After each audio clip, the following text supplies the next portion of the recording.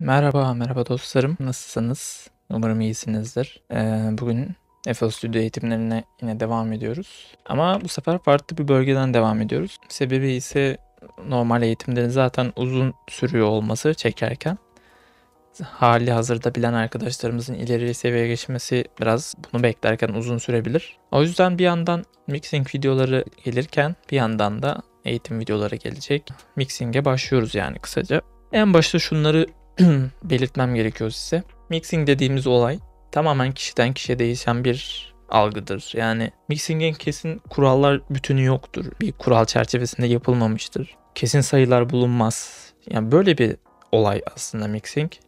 O yüzden bu videoya gelirken de başka videoları izlerken de kesinlikle bu gerçek doğrudur diye izlemeyin. Deneyin, şarkınızda deneyin.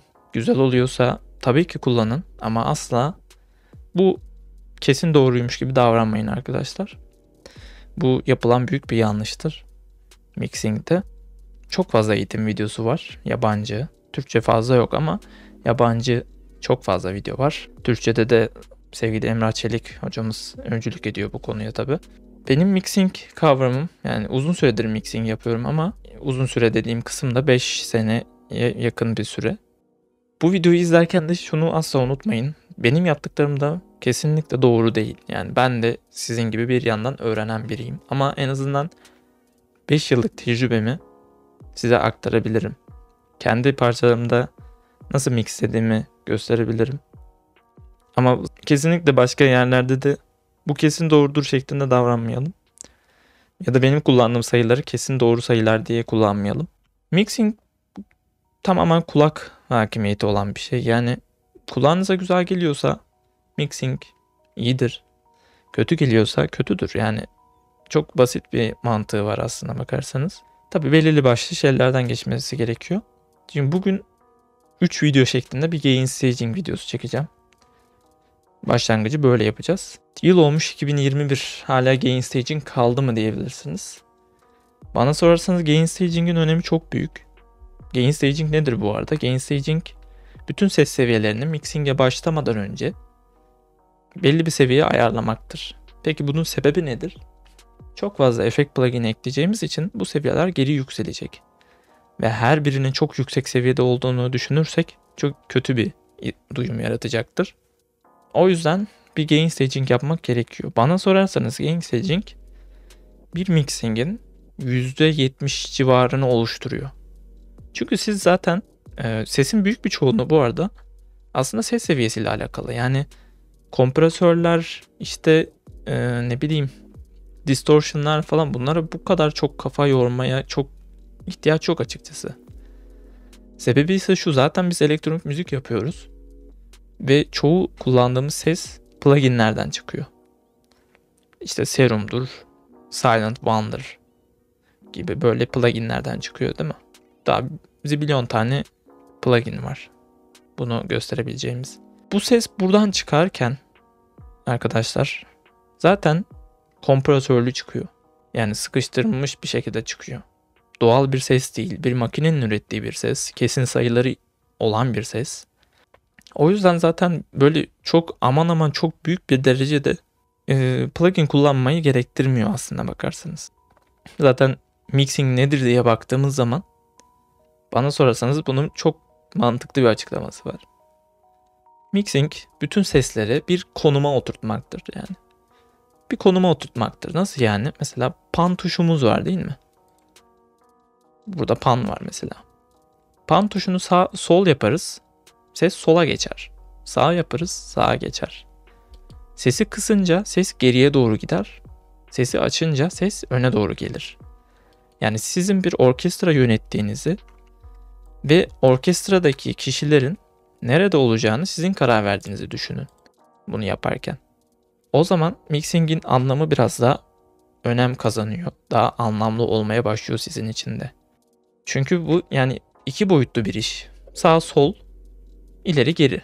Bu kadar aslında basit yapacağımız şey. Sesi ileri geri atacağız ya da sağa sola atacağız ki duyulabilir olsun. Yani aslında bu benim için böyle. Benim için en kısa açıklaması bu mixing'in. Mixing'in en doğru açıklaması ise bütün seslerin zaman olarak, frekans olarak ya da ses yüksekliği olarak doğru konumda olmasıdır ve duyulabilir olmasıdır. Çünkü buradaki her sesin bir amacı var. Bu yüzden koyuldular. Eğer bir sesin burada amacı olmadığını düşünüyorsanız onu rahatlıkla silebilirsiniz zaten. Mixing bu aslına bakarsanız. Gain Staging de onun ilk baştaki bölümü. Yani başlangıçta bir ayarlama yaparız. Zaten mixing'in %70'i bitmiş olur çünkü neredeyse her ses seviyesine oturmuş olur. Daha sonra frekansal işler oluyor biraz da. İşte bassları çakışanları, basslarını ayırırız gibi böyle işler oluyor. O da biraz daha böyle işin yoğun tarafı. Ama işte ben her sese kompresör atmam lazım. İşte her sese saturation lazım, distortion lazım gibi bir olay yok. Başlangıçta bunlardan bir anlaşalım. Ve arkadaşlar tekrar söylüyorum. Ben inanılmaz profesyonel değilim. Bunu da kesinlikle iddia etmem. Ben sadece bildiğim kadarını size gösteririm. Yanlışım vardır, doğrum vardır, size bir şey katmışımdır. Katarsam ne mutlu bana. Yanlışım varsa da yorumlarda belirtin, tartışalım. Yanlışımı düzeltin. Hiç problem değil. Hepimiz burada öğrenen insanlarız. Ben de öğreniyorum, siz de öğreniyorsunuz. O yüzden birbirimize yardımcı olacağız bu konuda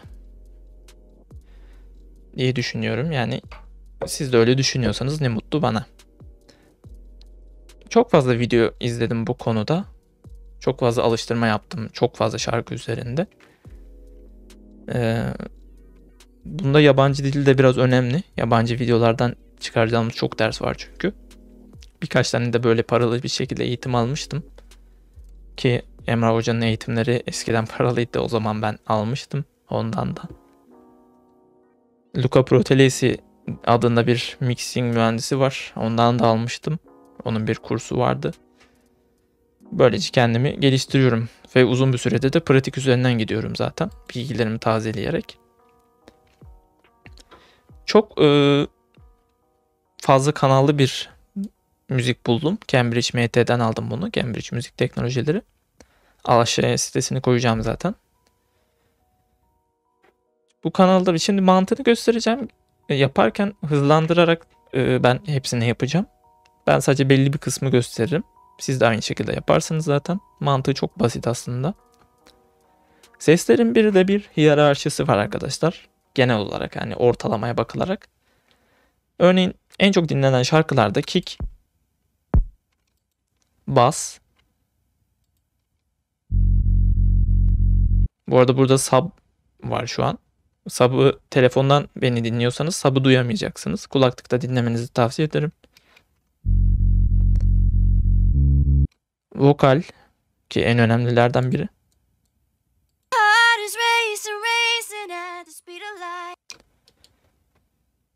3 oldu. Bir de genelde synth de diyenler oluyor.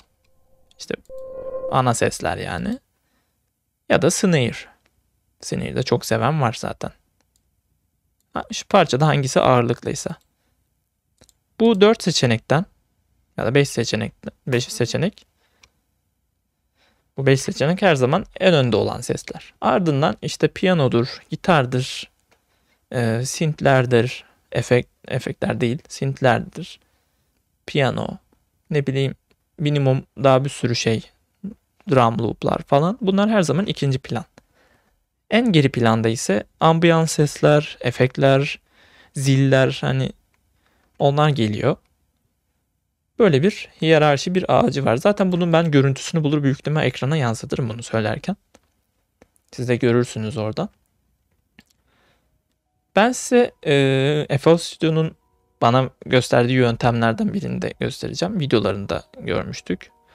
Onların gösterdiği tabii ilk başta bir kulak da var. Bir de noise yöntemi var. Bir de meter. Ben bu üçünü de göstereceğim. Hangisini kullanmak isterseniz size kalmış. Bunlar gain staging yöntemleri bu arada. Direkt al bunu koy mixing bitti değil. Bunlar daha henüz gain staging yöntemleri. Şöyle bir noise vereceğim size. Bunun linkini de aşağıya koyacağım. Bu pink noise'tan farklı bir noise'dur. Yanlış sesi attım.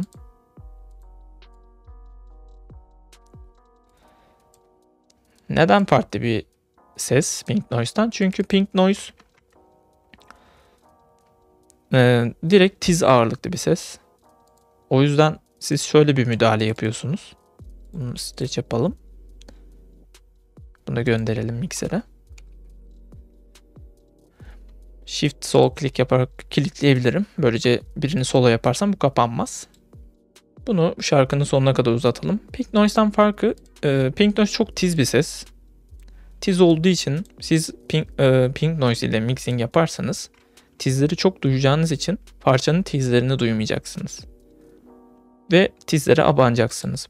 Bu da sizin gain staging yaparken daha tiz olan sesleri daha çok aşmanıza neden olacak. Peki şimdi diyebilirsiniz, sen bana bunu anlatıyorsun da bu sesin farkı ne? Bu sesin farkı şu arkadaşlar. Bu ses düzdür. Sadece şöyle bakalım. Düzdür.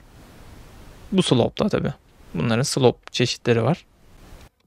Düz olduğu için hepsini eşit duyarız. Şimdi peki. Şöyle başlayacağız. Bu sesi belli bir seviyeye ayarlayacağız. Benim için bu seviye -12 ile -18 arasında gidip gelir. Canım hangisini isterse. Çok büyük bir önemi yok. Çünkü önemli olan headroom bırakmak. Yani koyulacak efektler için boşluk bırakmaktır. Ne kadar boşluk bırakacağınız tamamen size kalmış. Kesin sayılar yine vermiyoruz. Bu ses işimize yarayacak ama şu an. Onda hemfikiriz. Şimdi ben genelde şöyle bir yöntemle ilerliyorum. Buradaki ses seviyeleriyle buradaki arasında büyük bir fark var. Bu da şöyle bir fark. Mesela ben buraya bir efekt koyarsam, reverb. Şundan göstereyim hatta. Hatta ben bunu Mater'la yapıyordum. Mesela şöyle örnek göstereyim. Mater'ım var mı bilmiyorum. Evet, varmış. Örneğin mesela burada bir Mater'ım var. Çok güzel bir Mater'dır bu arada. Şu an bana bir değer gösteriyor değil mi? Fader efekt uğramış sesleri kısar arkadaşlar. Yani efektler buradan gelir. Ses şu tepeden gelir. Aşağı doğru gider. Buna uğrar, buna uğrar, buna uğrar. Her birine uğrar. En son bu fader'dan çıkar. Sonra master'a gider şu alt kablodan. Yani buradaki düzen birebir doğrudur. Tepeden aşağı doğru gider. Bu ne demek bu? Mesela ben bu en alta bunu koydum ya şimdi. Nerede olduğu hiç fark etmez. Çünkü bu fader bu efektlerden sonra geliyor. Bakın fader'ı kısacağım ama ses seviyesi değişmeyecek. Bakın komple kapalı ama hala sinyal alıyor. Niye? Çünkü bu fader Mater'dan sonra geliyor. Buraya ne koyarsanız koyun, fader bunlardan sonra geliyor arkadaşlar. O yüzden biz bunu kullanacağız. Bu ses efektlerin henüz uğramadığı ses. Efektler henüz hani buradan çıkıyor. Geliyor, miksere uğruyor. Fader'da geçiyor. Ondan sonra master'a gidiyor. Bu yüzden biz burayı kullanacağız. O yüzden buraya gain diyoruz zaten. Ve bunun ismi de o yüzden gain staging. Bunu gain olarak kabul ediyoruz. Yani efektlerden önce geldiği için.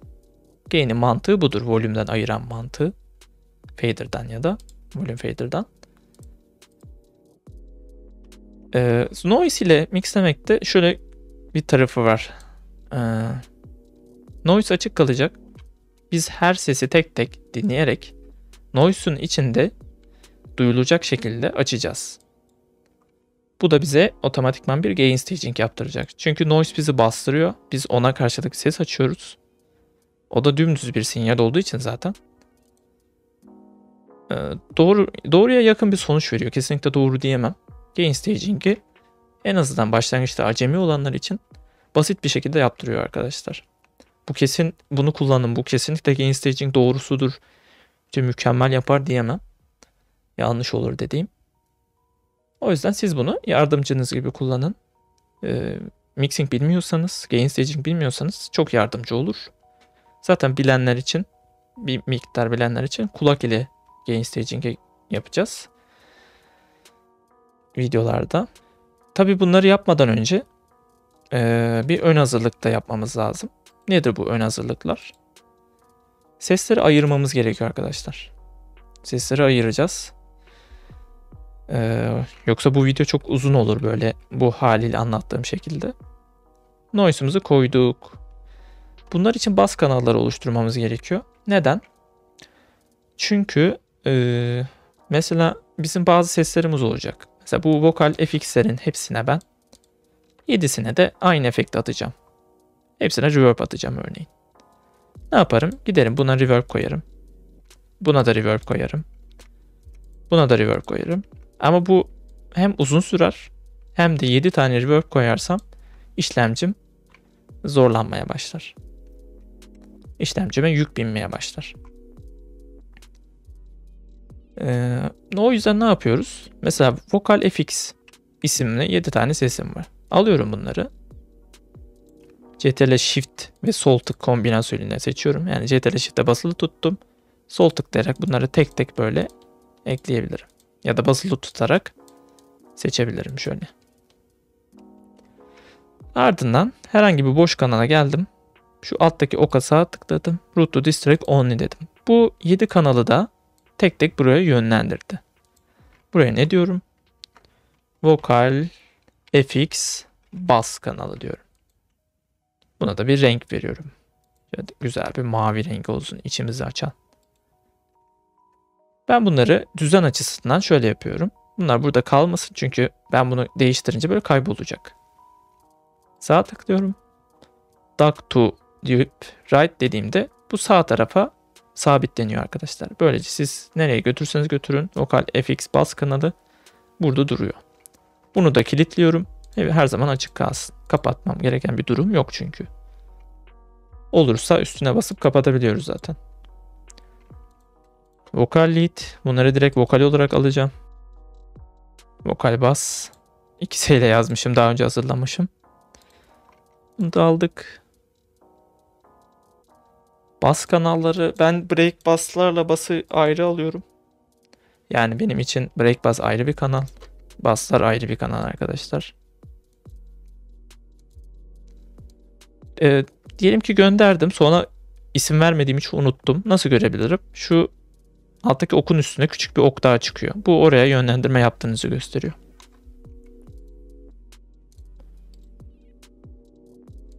Bunu da gönderdim. Sağa gönderemedim. Synth'ler. Çok fazla synth var. Böyle şeyleri yaşayabilirsiniz. Gayet normal yani bu kadar ses olabilir. Belki bir arkadaşınızın mixingini yaparsınız. Belli olmaz. Synth bass. Bu size çok büyük faydalar sağlayacak. Topluca işlemler yapabileceksiniz böylece. Rastgele şöyle bir renk verelim. Aslında onlarla aynı renk olabilir yani. Çok zorlamaya gerek yok. Synth FX yazmışım bir de. Onları da alalım.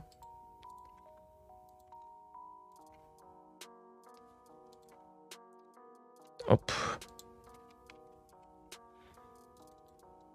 İsmini kullanmak için böyle yaptım. Kopyala yapıştır yöntemini yaptım. Elektro gitarlar. Bunlara topluca hamleler yaptığım çok oluyor. Benzer renkleri seçelim hadi onda da. Elektro gitar bass.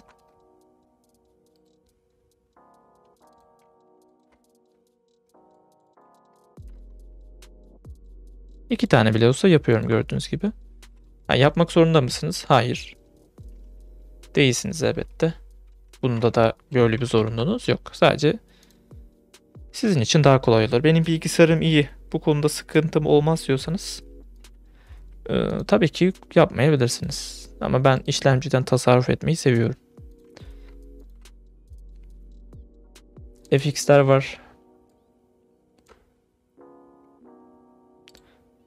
Bunları daha önceden bir şablon hazırlayarak yaparsanız işiniz çok kolay olur. Zaten varmış, tahmin etmiştim. Yani daha önceden böyle bir bas kanalları oluşturup kenara ayırırsanız, ki buradaki 125 kanalın hepsiyle çalışacağınızı zannetmiyorum. Şu sonlardan hazırlarsınız. Buraya koyarsınız. Her gelen sesi buraya aktarırsanız. Bu da sizin işinizi çok çok kolaylaştırır. Burada pillere kadar gönderip buraya da drum diyorum. Drum bass. Bunları istersem hani arada belki koymayacağım olabilir. İstediğinizi, mesela bu çıkacaksa buraya basarak ve tekrar master'a göndererek çıkarabilirsiniz. Ama şu an ihtiyacımız yok tabi. Ön hazırlığımız bu kadar. Sonraki videoda da noise ile gain staging'e başlayabiliriz.